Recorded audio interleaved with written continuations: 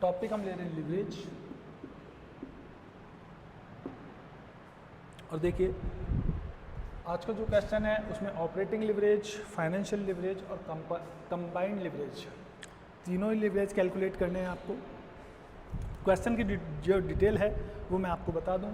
आपके पास एक balance sheet given है क्वेश्चन में आपको, ये आपकी असेट्स हो जाती है,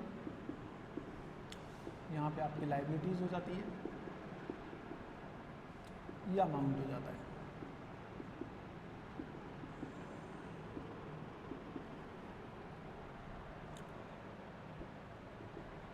इक्विटी शेयर कैपिटल गिवन है, 10% डिवेंचर गिवन है,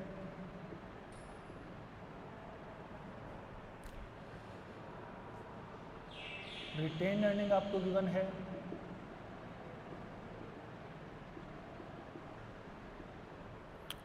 और गिवन है करंट लायबिलिटीज।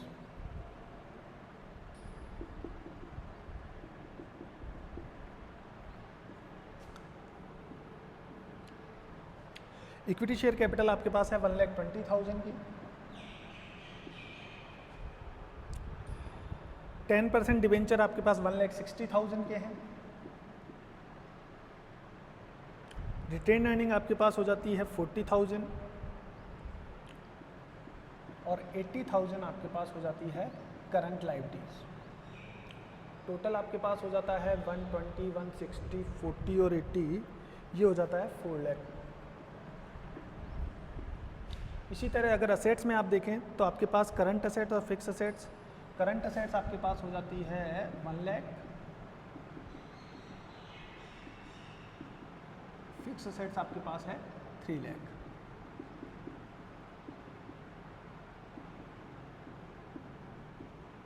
टोटल असेट्स आपके पास हो जाती है 4 lakh.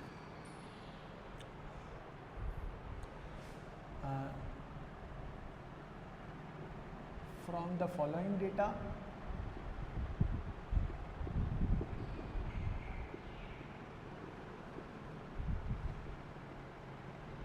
you are to calculate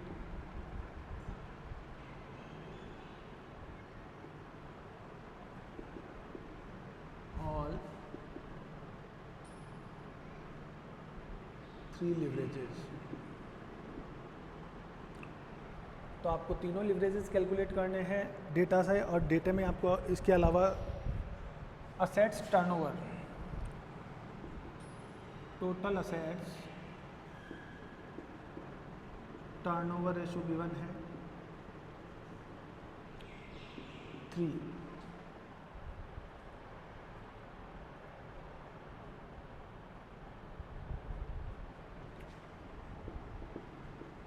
fix operating cost are ₹2 lakh,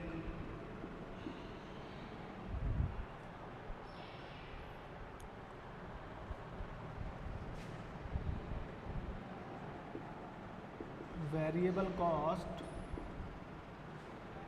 is 40% of sales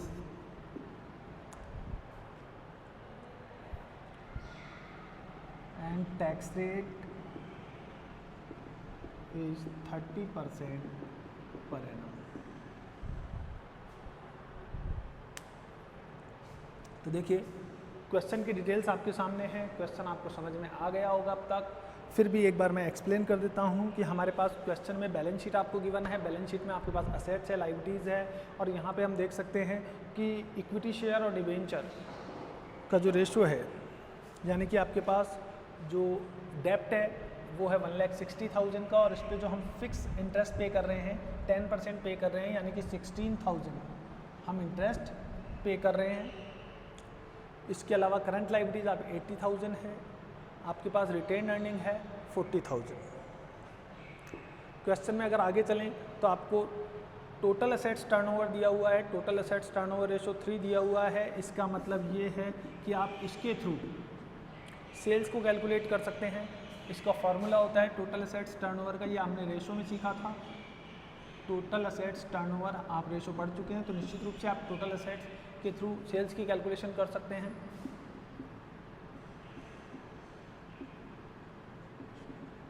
total assets turnover ratio का फॉर्मूला मैंने आपको बताया था, net cell divided by total assets. तो देखिए यहाँ पे हमारे पास टोटल असेट्स टर्नओवर रेशो 3/1 है और नेट सेल्स हमारे पास है नहीं, तो कोई बात नहीं, हम इसे नेट सेल लिख लेते हैं। अपॉन टोटल असेट्स है हमारे पास और टोटल असेट्स की वैल्यू हमारे पास है 4 लाख। करंट असेट्स और फिक्स असेट्स का जो टोटल होता है इसे हम टोटल असेट्स कहेंगे। ये हमारे पास 4 लाख हो जाती है। यहाँ पे हम आपस में क्रॉस मल्टीप्लाई कर देंगे इन दो को, तो 4 लाख को जब मल्टीप्लाई करेंगे 3 से, तो ये आपकी आ जाएगी नेट सेल और फाइनल आंसर जो आपका आएगा वो होगा 12 लाख। तो इस तरीके से आप नेट सेल कैलकुलेट कर सकते हैं। नेट सेल कैलकुलेट करने के बाद आप नेट सेल लेंगे 12 लाख, इसमें से आप लेस कर लीजिए, आप इसमें से लेस कर लीजिए वेरिएबल कॉस्ट, तो वेरिएबल कॉस्ट हो जाती है 40%, सेल्स का 40%, यानी कि 12 लाख का 40% जब आप कैलकुलेट करेंगे तो 12 लाख का 40% हो जाता है आपका 4,80,000। ये आपके वेरिएबल कॉस्ट हो जाती है। और आपके पास जो बैलेंसिंग फिगर आएगा, कंट्रीब्यूशन होगा, जिसे आप 12 लाख में से 480 माइनस करके कैलकुलेट कर सकते हैं 7,20,000। ये आपका कंट्रीब्यूशन हो जाता है। लेस कीजिए फिक्स कॉस्ट इंक्लूडिंग डेप्रिसिएशन। आपको क्वेश्चन में fix cost including depreciation given है 2 लाख, तो आप 5,20,000, ये जो आपकी बैलेंसिंग फिगर आएगा इसे हम EBIT कहेंगे, earning before interest and tax, यानी कि अभी तक इसमें से इंटरेस्ट लेस नहीं किया है और टैक्स भी लेस नहीं किया है। इस EBIT को अब हम थोड़ा सा ऊपर ले लेते हैं, जिससे कि आप क्वेश्चन को पूरी तरीके से समझ पाएँ। सेल्स अब आप कैलकुलेट कर पाएंगे इस तरीके से। तो ये जो EBIT है इसको हम ऊपर ले लेते हैं। यहाँ पे आपने EBIT कैलकुलेट कर ली है।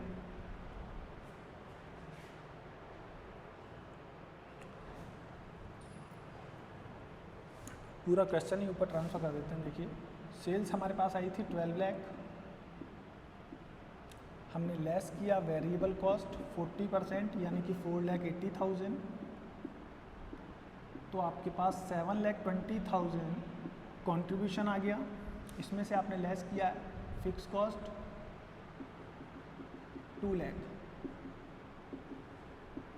तो आपके पास 5,20,000 बैलेंस आ गया, जिसे आपने कहा EBIT।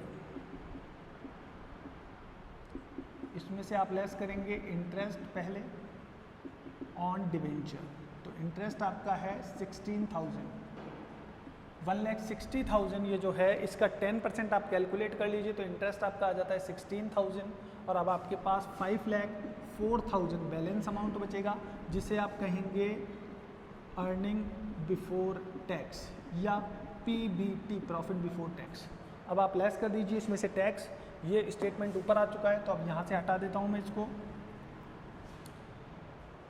और आप लेस कर दीजिए इसमें से टैक्स। 30% है शायद आपके पास, टैक्स कितना है 30%। देखिए यहाँ पे क्वेश्चन में गिवन है टैक्स रेट 30% है आपके पास, तो आप 5,04,000 का 30% कैलकुलेट कर लीजिए। 5,04,000 का 30% आपके पास हो जाता है 1,51,200।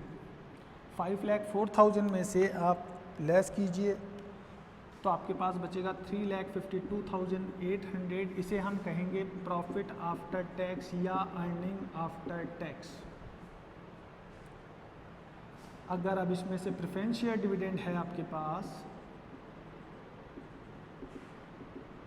तो आप उसे लेस कर दीजिए, हमारे क्वेश्चन में है नहीं।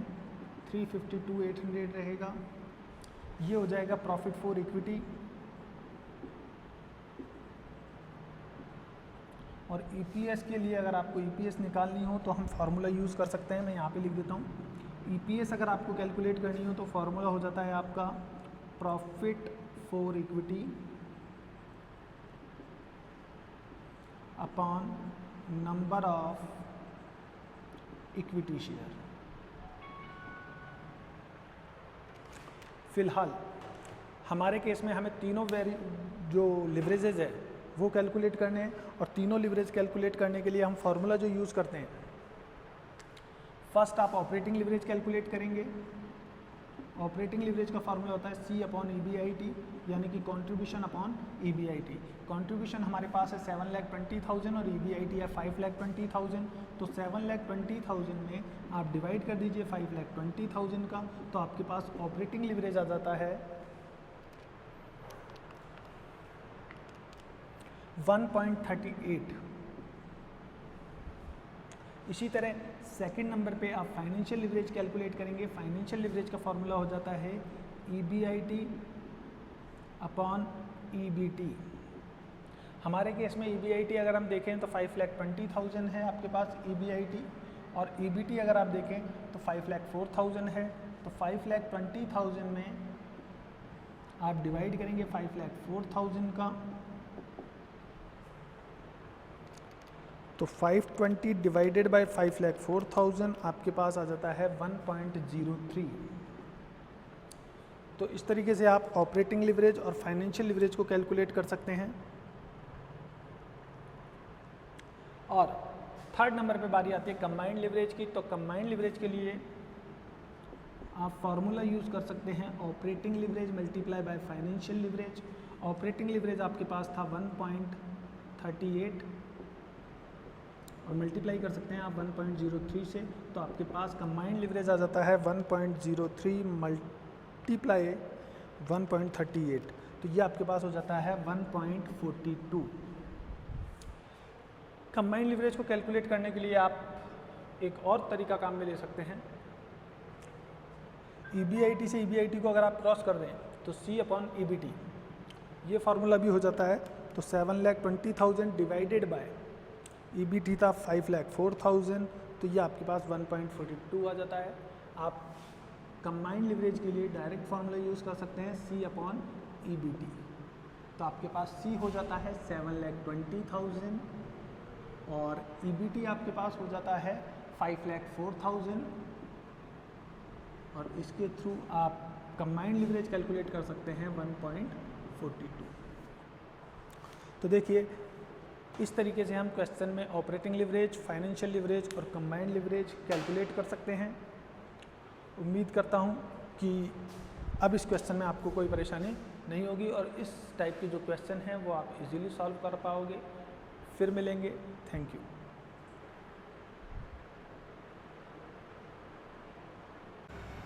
बीकॉम फाइनल ईयर की आपकी क्लास है, ABST फर्स्ट आपका पेपर है, और पेपर फर्स्ट जो हम पढ़ रहे हैं वो है audit and management accounting.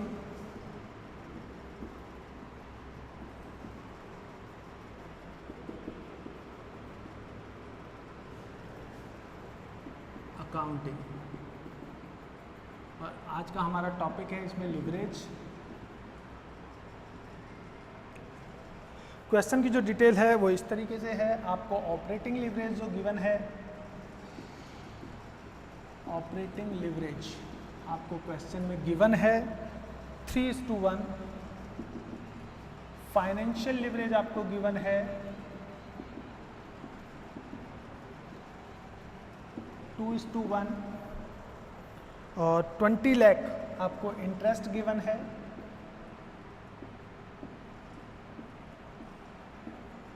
Interest है आपका 20 लाख और कॉरपोरेट टैक्स है 30%।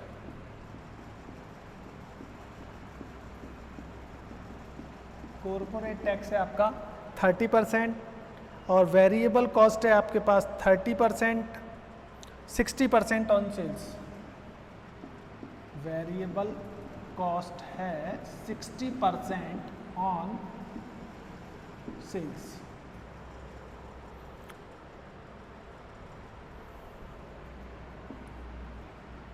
You are to prepare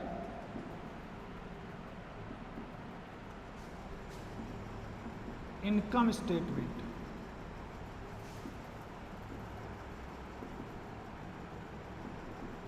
of the company. आपको कंपनी का इनकम स्टेटमेंट प्रिपेयर करना है और आपके पास जो डिटेल है वो आप देख सकते हैं। ऑपरेटिंग लिवरेज है, फाइनेंशियल लिवरेज है, इंटरेस्ट आपको गिवन है, कॉर्पोरेट टैक्स आपको गिवन है, वेरिएबल कॉस्ट 60% है सेल्स का। तो देखिए यहाँ पे हम ऑपरेटिंग लिवरेज अगर आपको गिवन है तो ऑपरेटिंग लिवरेज का फॉर्मूला आप यूज़ करते हैं C/EBIT, और अगर फाइनेंशियल लिवरेज आपको गिवन है तो फाइनेंशियल लिवरेज का फॉर्मूला EBIT/EBT हम ये यूज़ करते हैं। तो देखिए हमारे पास इंटरेस्ट गिवन है। इंटरेस्ट हम कैसे कैलकुलेट कर सकते हैं? अगर EBIT में से लेस करें EBT तो जो बचेगा वो होगा इंटरेस्ट। या आप ये भी कह सकते हैं EBIT में से इंटरेस्ट माइनस करें तो आपके पास EBT आ जाता है। तो रेशो में हमारे पास EBT भी है और EBIT भी है, तो रेशो आ जाएगा हमारे पास इंटरेस्ट का। तो हम इसे मान लेते हैं कि माना कि आपका EBIT है, यहाँ पे इंटरेस्ट को आप x मान लीजिए। EBIT को अगर हम आपके पास C है और EBT हमारे पास हो जाता है। यहाँ पे देखिए फाइनेंशियल लिवरेज अगर हम देखें तो EBIT का रेशो आपके पास हो जाता है 2 EBIT/EBT। ये आपका फाइनेंशियल लिवरेज हो जाता है। यहाँ पे अगर EBIT आपके पास रेशो में 2 है, EBT आपके पास 1 है, तो फाइनेंशियल लिवरेज आपका आ जाता है, फाइनेंशियल लिवरेज है आपका 2। इसी तरीके से है। अब हमारे केस में हमारे पास क्या नहीं है, इंटरेस्ट है, और आपके पास इंटरेस्ट कितना है? इंटरेस्ट है हमारे पास 20 लाख। तो देखिए इंटरेस्ट कैलकुलेट करने के लिए आप क्या कीजिए, EBIT में से लेस कर दीजिए EBT, तो आपके पास जो बचेगा वो बचेगा इंटरेस्ट। अब EBIT हमारे पास रुपए में नहीं है और EBT भी रुपए में नहीं है, लेकिन रेशो में तो है। तो रेशो में देखिए हमारे पास EBIT है 2 और EBT है 1। अगर हम लेस करें तो इंटरेस्ट का जो रेशो आएगा वो होगा 1। तो यानी कि 1 का मतलब हमारे पास कितना है, 20 लाख। ये जो 1 है, इस 1 का मतलब हमारे पास इंटरेस्ट गिवन है कितना, 20 लाख। तो यहाँ पे 1 का मतलब हमारे पास हो जाता है इंटरेस्ट जो है हमारे पास 20 लाख।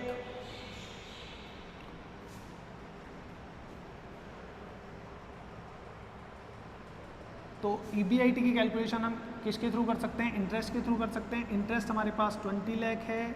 इंटरेस्ट के रेशो में इंटरेस्ट के रेशो का डिवाइड दीजिए, आपको चाहिए EBIT का रेशो 2 है, तो आप 2 से मल्टीप्लाई कर दीजिए, ये आपका EBIT आ जाएगा 40 लाख।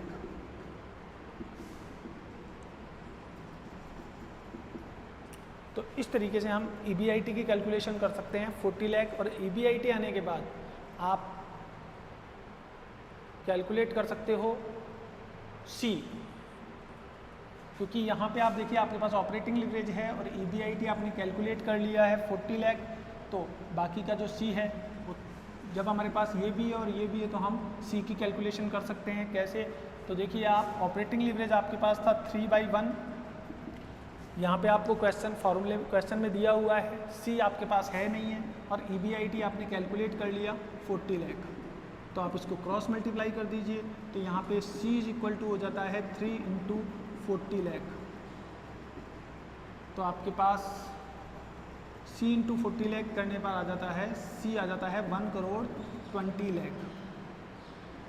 आपका C हो जाता है 1,20 लाख।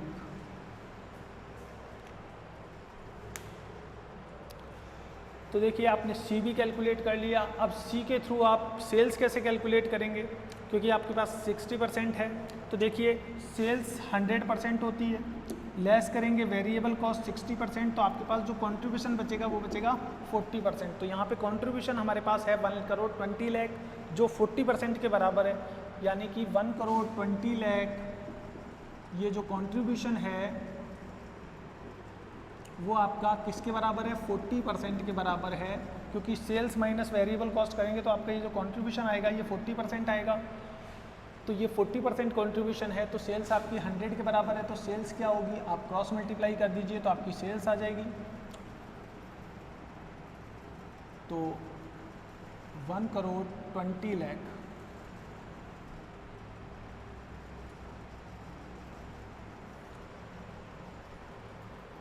हाँ 1,20,00,000 ही है, डिवाइडेड बाय 40 × 100। तो इस तरीके से आप इसको सॉल्व करेंगे तो आपके पास 1,20,00,000 × 100/40 आपका हो जाता है 3 करोड़। तो 3 करोड़ जो आ गए वो आपकी सेल्स हो जाती है। तो यहाँ पे आपकी जो सेल्स होगी वो 3 करोड़ होगी। और अब आप इनकम स्टेटमेंट अगर तैयार करेंगे तो इनकम स्टेटमेंट में हम इस चीज़ को शो कर सकते हैं किसके थ्रू,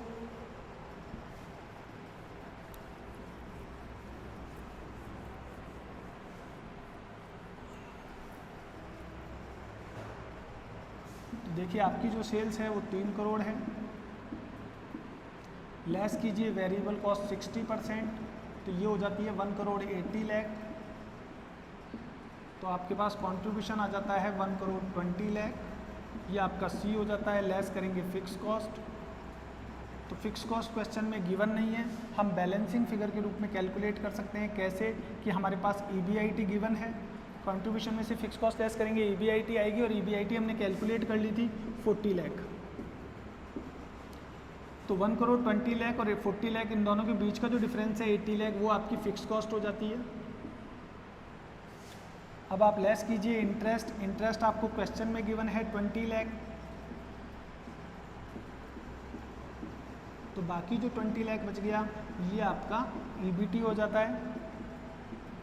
अब आपके पास C भी है, EBIT भी और EBT भी है। अब आप इस केस में ऑपरेटिंग लिवरेज कैलकुलेट कर सकते हैं, फाइनेंशियल लिवरेज कैलकुलेट कर सकते हैं और कंबाइंड लिवरेज भी कैलकुलेट कर सकते हैं। ऑपरेटिंग लिवरेज का फार्मूला C/EBIT होता है, फाइनेंशियल लिवरेज EBIT/EBT होता है, और combined leverage operating leverage into financial leverage को मल्टीप्लाई करके कैलकुलेट किया जा सकता है। तो देखिए आपके पास पूरा इनकम स्टेटमेंट तैयार है। ये स्टेटमेंट तैयार करने के लिए कहा गया था क्वेश्चन में, और हमने इसको तैयार कर दिया है। ये क्वेश्चन मैं आपको बता दूं 2010 में BCom में पूछा गया था। 2010 में राजस्थान यूनिवर्सिटी में ये क्वेश्चन BCom में आया था। तो ज़्यादा अच्छा है कि आप ऐसे क्वेश्चन तैयार करें, और जो आपका टॉपिक है उसे आप और अच्छे से स्ट्रॉन्ग कर सकते हैं ऐसे क्वेश्चंस के थ्रू। इस टाइप के जो और क्वेश्चन हैं आप उनको कीजिएगा, और अगर कोई प्रॉब्लम होती है तो आप निश्चित रूप से हमें कमेंट करके बता सकते हैं। Thank you guys.